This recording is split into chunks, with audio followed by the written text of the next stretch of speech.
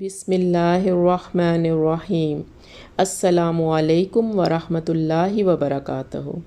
نبی کریم صلی اللہ علیہ وآلہ وسلم نے فرمایا، صدقہ کرو، کیونکہ عنقریب لوگوں پر ایک ایسا زمانہ آئے گا جب ایک شخص اپنا صدقہ لے کر پھرے گا اور کوئی اسے لینے والا نہیں ملے گا۔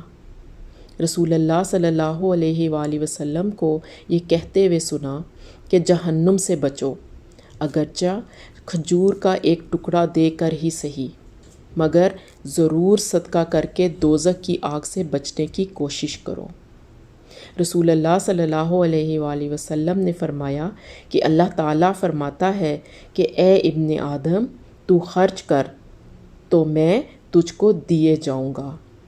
اللہ تعالیٰ ہم سب کو اپنی استطاعت کے مطابق صدقہ کرنے کی توفیق عطا فرمائے۔ جزاک اللہ خیر۔